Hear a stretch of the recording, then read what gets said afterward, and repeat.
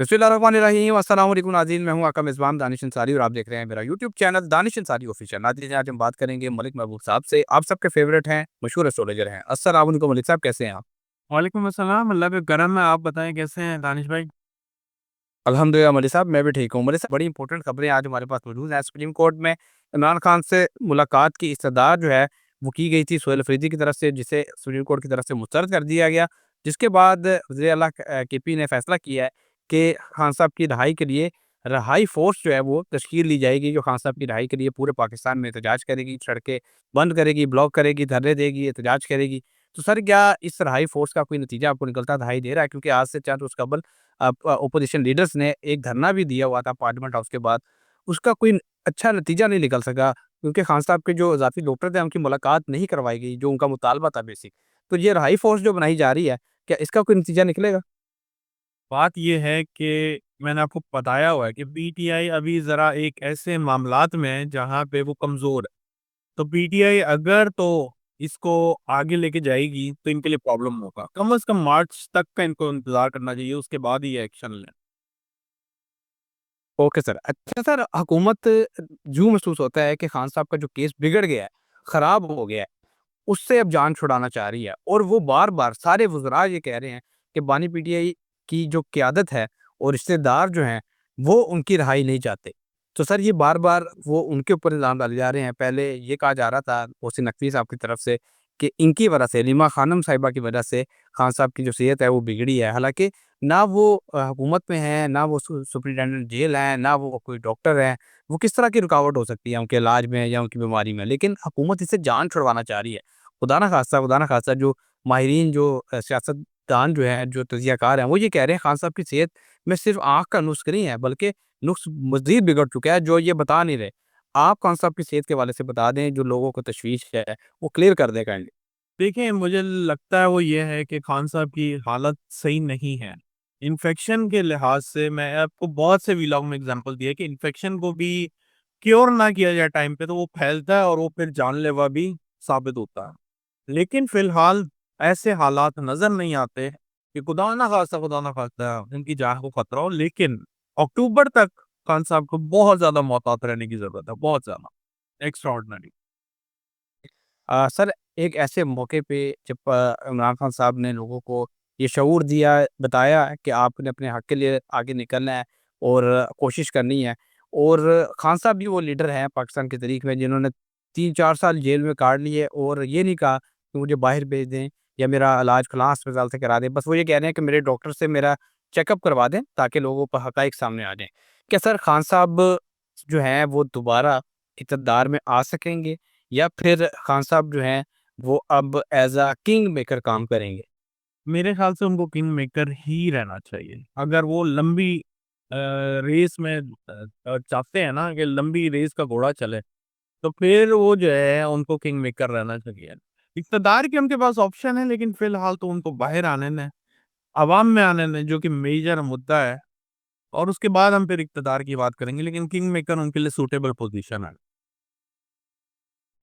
Donald Trump ने कहा है कि 10 दिन में ईरान के बारे में आपको बड़ी खबर मिलने वाली है।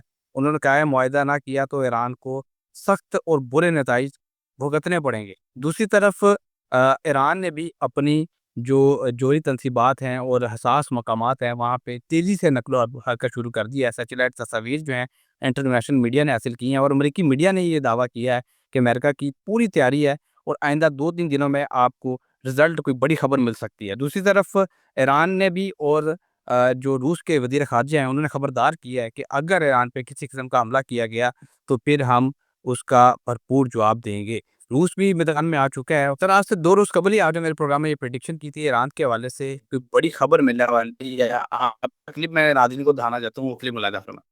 देखिए, जो मामलात हैं बहुत सेंसिटिव ज़ोन में एंटर हो गए हैं। अल्लाह करे ये रिजीम अप्रैल तक अपना जो है किसी तरह से सस्टेन कर जाए, वरना अप्रैल से पहले मुझे ये रिजीम नज़र नहीं आती। मैं बहुत बड़ी बात कर रहा हूँ।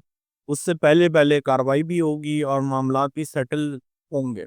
जी, तो नाज़रीन, आपने जो क्लिप मुलाहिज़ा फरमाया, सर के एग्ज़ैक्ट वर्ड्स हैं कि ईरान के हवाले से कोई बड़ी खबर मिलने वाली है और फ़ैसला हो जाएगा। और अब इसराइल की तरफ से भी अपने जो शहरी हैं उनको ऑफ़िशियली अलर्ट कर दिया गया है कि अगर अमेरिका अटैक करता है ईरान पे, तो ईरान इसके जवाब में अमेरिका पे नहीं बल्कि इसराइल पे अटैक करेगा।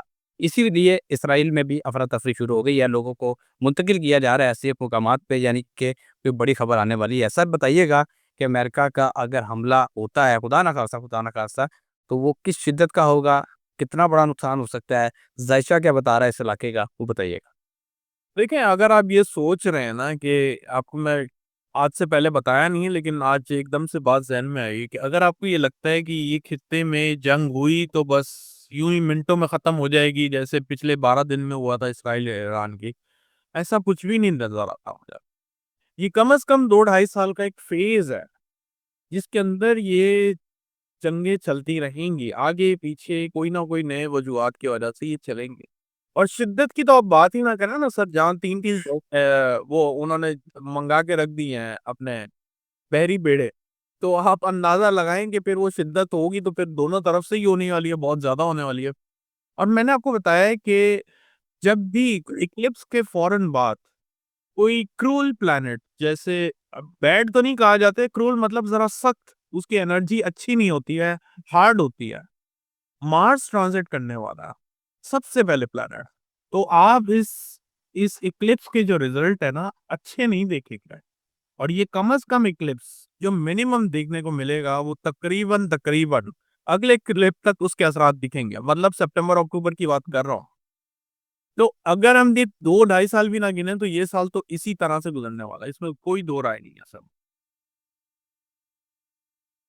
Okay sir. अच्छा सर, ये जो अमेरिका की तरफ से बाकायदा ऐलान किया गया है या बल्कि मीडिया ये दावा कर रहे हैं 2-3 दिनों में आपको कोई बड़ी खबर मिल सकती है, अमेरिका की तरफ से कोई अटैक हो सकता है ईरान पे।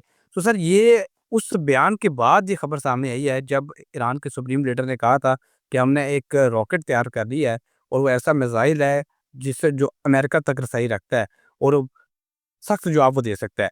या जो अमेरिका के जो बैरी बेड़े यहाँ पर आए हुए हैं अपनाए हुर्मुज़ में, उनको भी निशाना बना सकता है। उस बयान के बाद जिस तरह किया गया है और आज ही नोटम जारी किया गया है ईरानी हुकाम की तरफ से कि वो अपनाए हुर्मुज़ के करीब जो है, वो रॉकेट एक लॉन्च कर रहे हैं, उसका तजर्बा भी करने लगे हैं।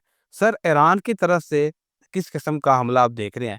क्या सिर्फ़ इसराइल को ही निशाना बनाया जाएगा या फिर ईरान का और जो अमेरिका के जो मामलात हैं पूरी दुनिया में फैल सकते हैं खुदा ना खास्ता, क्योंकि हमने अक्सर ऐसा देखा है कई दफ़ा इस तरह की जो जंगें हैं वो बड़े पैमाने पे भी फैल जाती हैं।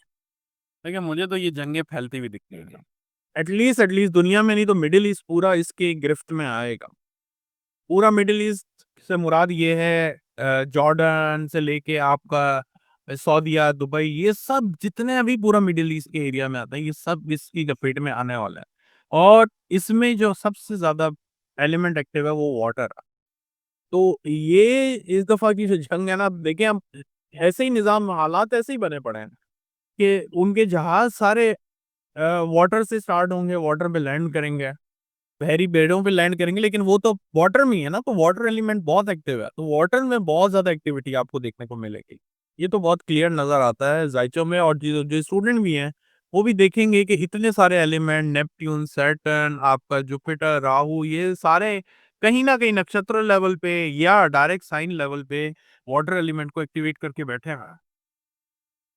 Okay sir. अच्छा सर, 2 क्वेश्चन्स मेरे ज़हन में आए हैं, बड़े इंपॉर्टेंट है दोनों ही। एक तो सर सवाल पहला ये है कि इस तरह की जंगों में हमने देखा है अमेरिका जो है वो जो सुप्रीम क़यादत है ईरान की उसको निशाना बनाते हैं। लास्ट टाइम जो है उनके आर्मी चीफ भी उनकी भी डेथ हो गई थी। इस तरह उनके जो वज़ीर-ए-आज़म थे वो भी सदर थे उनके, वो भी एक हेलीकॉप्टर हादसे में जाँ शहीद हो गए थे।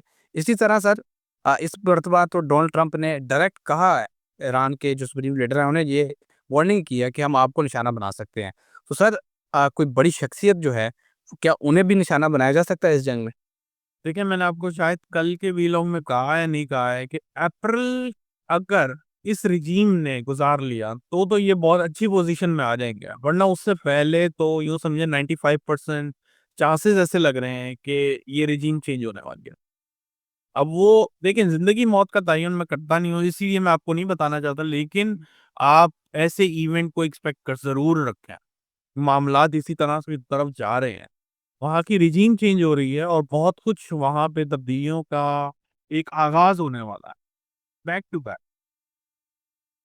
Okay sir. अच्छा सर, इसी सवाल का दूसरा हिस्सा वो ये है कि जब भी ईरान के ऊपर स्पेशली कोई अटैक होता है और अपने हर्बस को कोई नुकसान पहुँचता है, तो पूरी दुनिया में फाइनेंशियल क्राइसिस आ जाते हैं। ऑयल की मार्केट के क्रैश कर जाने की वजह से या हाई हो जाने की वजह से ऑयल मार्केट में तहलका मच जाता है, धचका लगता है उसको, क्योंकि इस आप क्या देख रहे हैं कि फाइनेंशियल क्राइसिस भी कोई बड़ा आ सकता है ज़ायचे में, दुनिया के ज़ायचे में ऐसी कोई चीज़ दिखाई देती है इस साल में?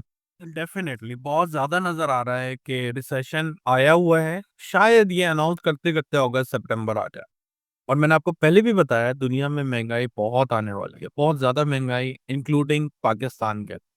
तो महँगाई तभी आती है जब ऑयल के प्राइसेज़ ऊपर जाना शुरू हो जाते हैं। तो ऑयल के प्राइसेज़ और स्टॉक में मामलात बहुत वोलेटाइल हो गए हैं। तो मैं जो भी लोग स्टॉक में स्पेशली इन्वॉल्व हैं, बहुत बहुत ज़्यादा केयरफुल रहें।